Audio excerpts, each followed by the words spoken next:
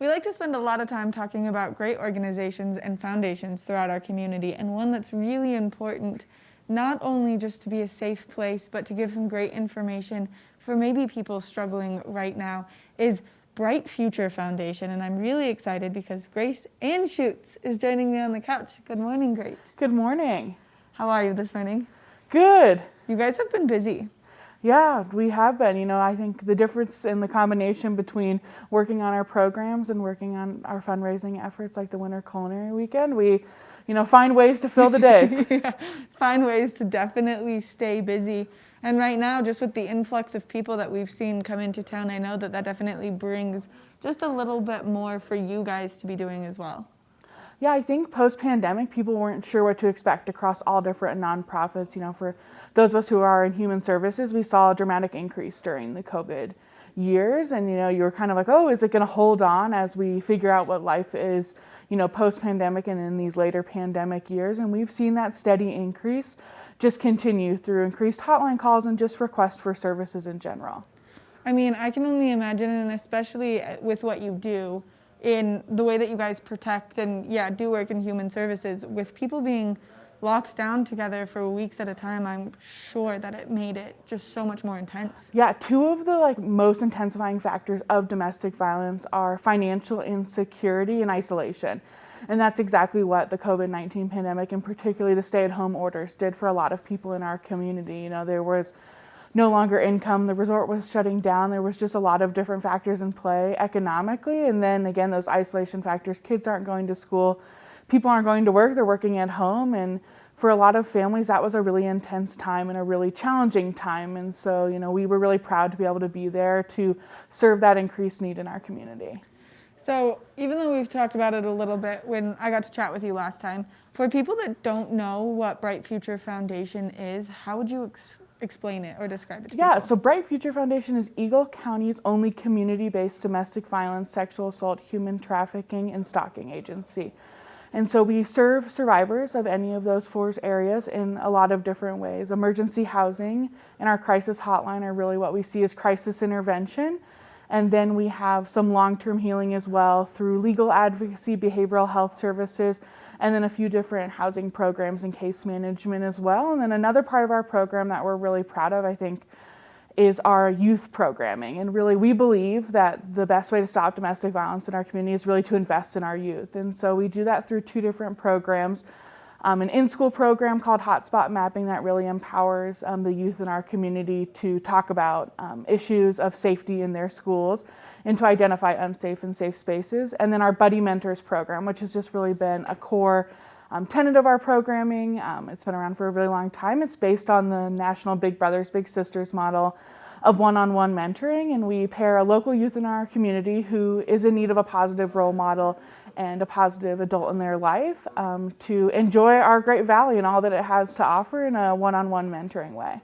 Which, I mean, is something that is so cool, and I was talking with you about it not only right before we came on camera, but yesterday we were talking a little bit about it as well. This is something that people can sign up to do, and you guys are always in the market for these mentors. Yes, we are always in the market for senior buddies is what we call them, to be matched with our junior buddies. We have a wait list of junior buddies. There's always youth in our community who need that positive, trusting relationship with an adult. And so the matching is done really intentionally. And so as we have an interview or an application for a senior buddy, our youth programs manager and advisor really look to our list of buddies to see who's going to be a really great match, who likes to do the same things, who has things in common, and who might be able to support each other on those days that are a little bit harder.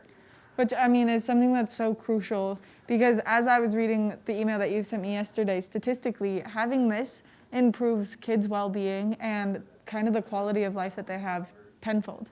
Yeah, so research shows that youth who have a mentor are less likely to skip school, less likely to do drugs, and are actually, more likely to display confidence, have better grades in school, and kind of all of those different things that we associate with positive youth development. There's tons of data and there's tons of fun too, and I think that's the great balance of a lot of the youth programming in our community is that, we look to wrap around those youth and to invest in the future of our community.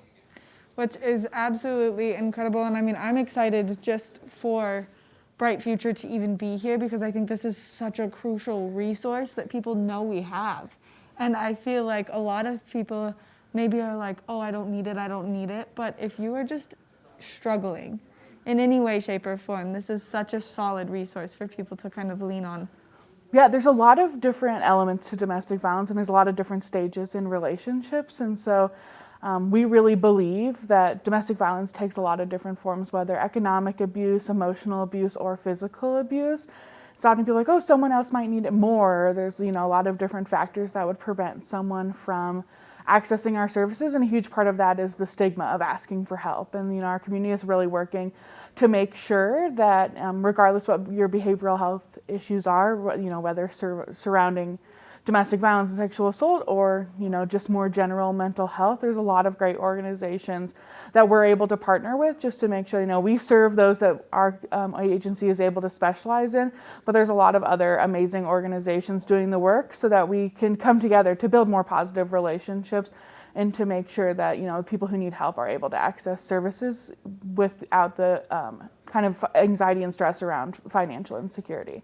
Well, and I mean, that's the big thing, right? Is everyone is so afraid to ask for help because the consequences, the financial aspect of it, and the judgment aspect of it, and the feeling like taking that step back, but it's in no way, shape, or form doing that. Asking for help is something that I think is so important that people do, and you guys have created this safe space allowing people to do it, which is so incredible. Yeah, just to have people know that we believe them, we're here to support them through the entire journey. We don't have a prescribed plan for everyone who comes in. We really work with individual survivors, individual families, individual youth on their own goals towards safety and self-sufficiency. So whatever they define as that goal, we're there to walk alongside them, provide the resources, and just let them know that someone is there who cares for them. Again, it's so incredible. So if people are interested in getting some more information about Bright Future, where can they go? So our website is definitely the best place to start, mybrightfuture.org. We like to kind of let people know you can donate, volunteer, or access services, and the website does a really great job highlighting those 3 different opportunities. So again, if this might not be something that you're experiencing, you can volunteer or donate to support others in our community. But if you are looking to access services, including our youth programming, you can check out our website online. There's a hotline, email, applications, all those different things. And for survivors in our community, we like to just continue to point them towards our hotline. It's available 24/7 in English and Spanish, and that can be a first step to accessing our plethora of services. Grace, thank you so much for coming in and giving us all of this great information this morning.